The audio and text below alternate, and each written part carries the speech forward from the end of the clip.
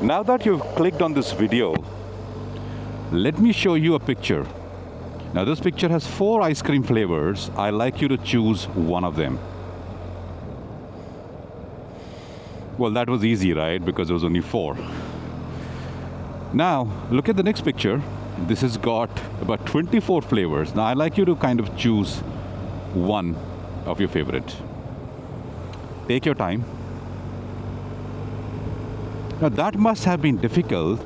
The reason is because you suddenly have been bombarded with too many choices. And when you suddenly have so many choices in front of you, it becomes extremely difficult, not just for you, but for anyone to make a choice. And that is what is called as choice overload. And ladies and gentlemen, boys and girls, in life, this often happens. And when this happens, we get stuck. We freeze. We don't take action. And that's exactly what I mean by being ambitious but lazy. Look, you had so many choices that you could choose from and you wanted to, but the fact is that your analysis paralysis kept you away from choosing and you came across as being ambitious and lazy. So you're ambitious, you want to achieve many things, but probably you're lazy to do the right things.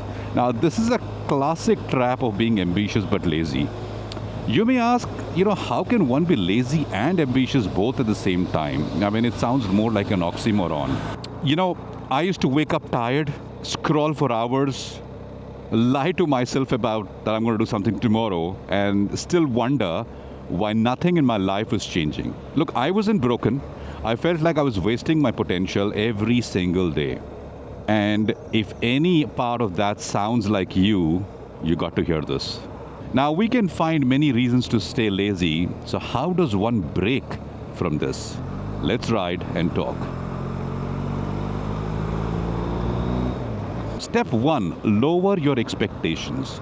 See, the hardest part isn't doing the thing, it's starting that thing. So I would like you to set the smallest possible action step, so small it feels ridiculous not to do it. Now, you may ask, why should you lower the bar? See, everyone is always telling you to achieve more, to think bigger, to do more. And why am I telling you to lower the bar, right? That's the question. Well, here is the truth. See, we don't fail because we are not capable. We fail because we set the bar so high that we never get started. We imagine we need a perfect plan, a perfect morning, a perfect routine, a perfect burst of motivation or whatever it is, but perfection kills momentum. And momentum, not motivation, is what actually changes your life. Now, here is the psychology behind it. It's something known as the activation barrier. Now, behavioral science shows that the hardest part of any task isn't doing it, it's starting it. That first movement takes the most mental energy out. So when you lower your bar, when you make the first step laughably easy, you bypass resistance. Don't work out for an hour. Just put on your shoes. Don't write 10 pages. Just open the document. Don't eat healthy forever. Just drink 1 glass of water.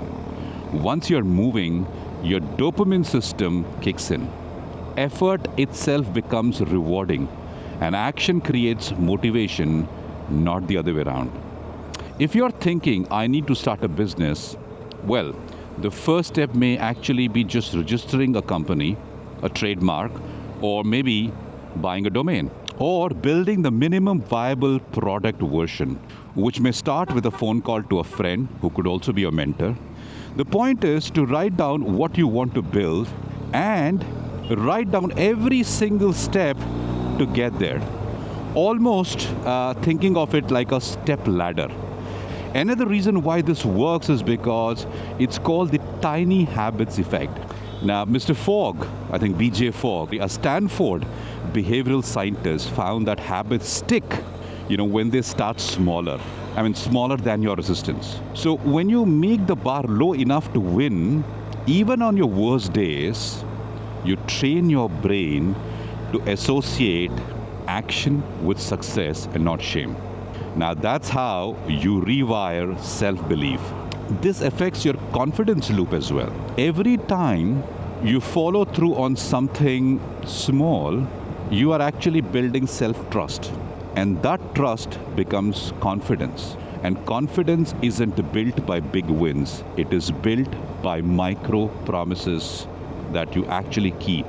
And then you start to think, hey, I can rely on myself. And that's how you shift from lazy to consistent, from overwhelmed to grounded.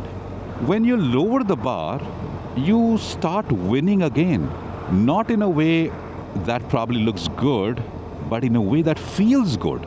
So, one of my favorite quotes is that you should start so small that it is impossible to fail, and then repeat it until it's impossible to stop. Focus on building a ritual and not a routine. See, routines rely on willpower. I remember times in my life where I just didn't have any willpower. I would just feel like I would break down even before starting. Now, rituals are slightly different. They rely on what I call as associations. You do the same cue before the same task every day. Same place, same playlist, same coffee mug, whatever it could be, right? Just make it familiar. For me, I know that if I listen to meditative or meditation music, from the moment I wake up, I can now lock into my meditation quicker after brushing my teeth. See, I know that I work out straight after meditation. So my brain and body are already prepared and are actually ready for that. Over time, your brain links that cue to productivity through classical conditioning.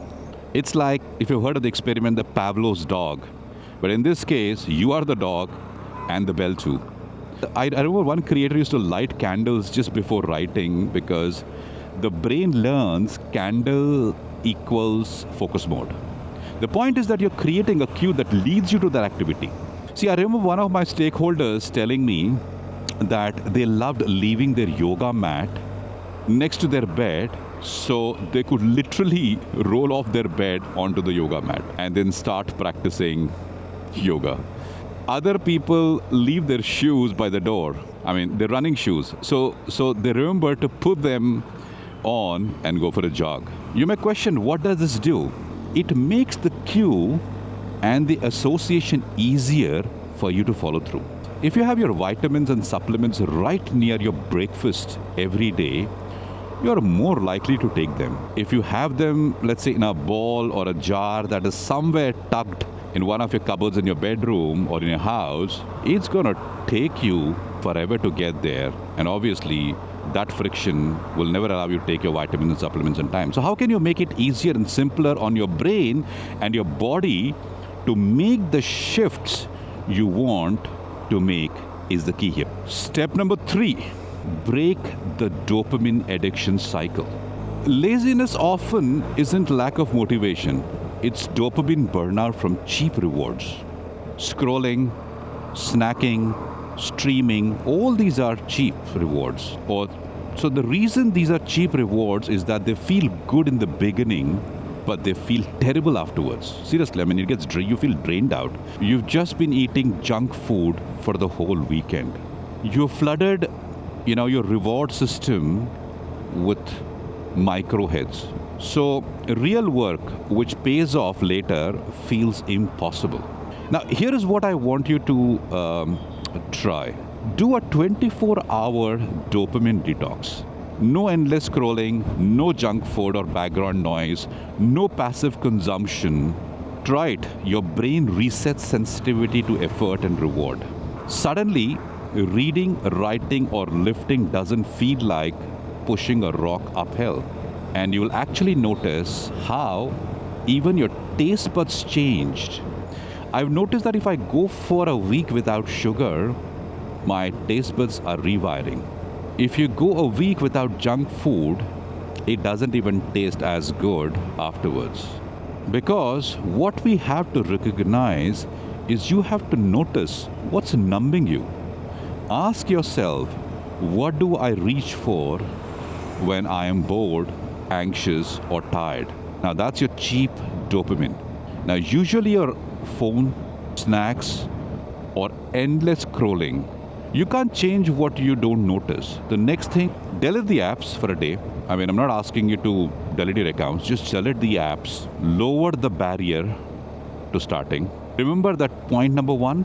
The next thing you have to realize is we have to replace quick hits with real ones. One of the biggest mistakes we make in habit change is we try to cut out the bad stuff, but we don't replace it with anything. When you cut the fake dopamine, you still need real reward. Move your body instead. Cook something. Walk outside. Call someone. It makes a difference. Don't forget that point. You want to do activities that feel good after, not the ones that feel good before. Cheap dopamine numbs you now and drains you later. Real dopamine costs you effort but gives you energy. Step 4, make bad habits hard to do. Just like we wanted to make good habits easier, make bad habits a little harder to do. This may be old advice, but I would like to tell you once again, don't look at your phone first thing in the morning. See, you would never let 100 people, just imagine, you would never let 100 people walk into your bedroom before you've brushed your teeth or had a cup of coffee or washed your face, or maybe probably put up makeup. But you will happily let 100 people walk into the bedroom of your mind before you're even woken up. It's like someone's telling you to reply to a report. There could be someone who's telling you to reply to their email or the message they've just sent you. Someone is telling you what you didn't do yesterday and how that impacted them. Imagine everyone crowded around your bed, screaming and yelling at you. Now, that's what it feels like when you see the phone first thing in the morning. See, if scrolling takes 5 extra seconds, you will do it less because your phone is away and the apps are not there on it. It's another room and you'll have to reinstall the app, so it takes time. It's that simple. And look, here's the thing. I know it's hard to leave your phone out of the room. It's not easy. I know it's hard to focus and do the work. I'm not saying it's easy. It's actually been built against us. Trust me. The algorithms are designed to target our flaws and weaknesses. See, the algorithm's goal is not to make you happy. The algorithm's goal is not to make you successful. No, the algorithm's goal is to keep you glued and keep scrolling. It is going to keep showing you the things that are engaging. Now, that's how algorithms work. Also think. You're not going to beat it by willpower. You are going to beat it by distance. When you have distance from this, you can actually beat. Step 5. Be bored for 10 minutes. Yeah, be bored for 10 minutes a day. This is to relearn boredom. Boredom is not the enemy. It is actually the reset button. Let yourself be bored for about 10 minutes a day. No phone, no music, just quiet. If required, put a time of 10 minutes and just stay doing nothing. That's where your brain remembers how to focus again. See, we have filled our spaces of boredom with apps, with social media, with distractions, not realizing that boredom can actually lead to curiosity, rest, and breakthroughs. Allowing yourself to practice boredom for, let's say, about 10 minutes a day, trust me, it's such a powerful thing. You're not reading a book, you're not distracted by television, you're not on your phone talking to someone. To truly do nothing for 10 minutes a day. And notice how in the first day you will feel you're pretty uncomfortable. Day 2, you might actually be going crazy. Day 3, things will start to settle. Day 4, you might actually feel more alert. Day 5, you might have some amazing ideas. Day 6, you'll think, why didn't I do this earlier? And day 7, you would have reset yourself. See, so many of us are making mistakes in our life because we haven't reset. Allowing yourself to truly reset the system is key. Think about your devices when they have been overused or overworked or overwhelmed. They need to reset, right? They need to refresh. Humans are no different. We're the same. Now, this is also called, Dixon, the art of not doing anything. And I'll probably do a separate video on this and the power of the art of doing nothing. Step 6, reward effort. Reward effort, not results, not outcomes. See, you finished a task, you take a walk, stretch, probably write it down. Small wins release dopamine too and train your brain to carve effort instead of escape. So many of us stop doing things that are good for us because we don't remember how good they were. You will remember when you probably went to work and there was traffic and probably there was an accident that you saw, and your brain actually holds on to it. But when the roads are smooth, you never remember. You don't remember how you felt after you worked out in a week, but you probably will remember the stress you feel before you go for a workout. Now, the brain holds on to negative experiences. We actually have a negativity bias. You're wired to notice negativity more. That's how we are. We remember the bad times more than the good times. Because when something bad happens, we cry for a month. And when something good happens, we just celebrate for one night.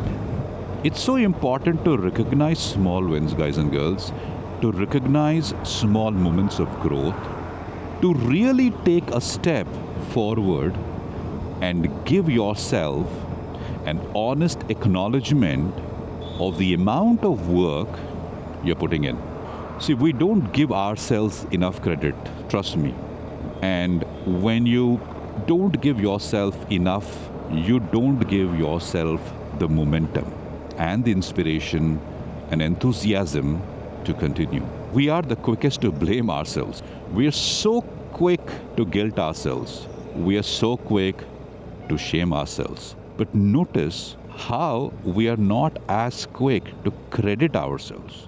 We are not as quick to notice our growth. We are probably not as quick to acknowledge the steps we have made forward. And it's because of that we cannot move forward, because we don't recognize that we have already been taking steps. Step 7. I've said this, I'll say this again. Turn your phone off for 60 minutes. Protect your first and last hour of the day. No phone for 60 minutes. Move, stretch, or go outside. At night, the screen off 60 minutes before bed. Let your brain reset. You will sleep better, focus faster, and feel human again. You're not lazy. Social media is truly addictive. You're not unmotivated. The algorithm controls you. You're not broken. You're being manipulated. You're not failing to focus. Your attention is being farmed. You are not the problem, guys and girls. You are the product. So let's take our ownership back. Step 8. Follow the 5-minute rule. It's simple. Commit to doing something for just about 5 minutes. I'm not doing a 1-hour workout. I'm just doing 5 minutes. I'm not going to write for an hour. I'm just doing 5 minutes of writing. The trick, once you start, you almost will never stop. Here is why it works. It bypasses resistance. See, the hardest part of any task isn't doing it. Psychologists call this the activation barrier. The mental energy needed to shift from thinking to doing. 5 minutes probably is too small to trigger fear, perfectionism, or overwhelm. Your brain says, fine, 5 minutes is nothing, I can do that. But once you are in motion, inertia takes over, and it's easier to keep going than to stop. The brain resists starting and not continuing, which is why if you convince yourself to do a 5-minute workout, you might do a 10-minute workout. But if you convince yourself to do a 60-minute workout, you might not even show up. You don't have to be great to start. You have to start to be great now, right now. Don't make it optional. Now, step number one, choose one task you're resisting. Answering an email, working out, cleaning your room, or maybe writing a content, whatever it may be. Step two, set a 5-minute timer on your phone or wherever it is. Physically set it, I mean it, okay? The act of seeing the countdown helps focus. Now, step number three, tell yourself you can stop when the alarm rings. Give yourself full permission to quit after 5 minutes. And step number four, start and watch happens. 9 times out of 10, you will keep going. If you don't, no problem. You have still built momentum and self-trust. And if you really want to make this work, create accountability, make the cost of inaction visible. Tell a friend your goal. Post a daily update on social media.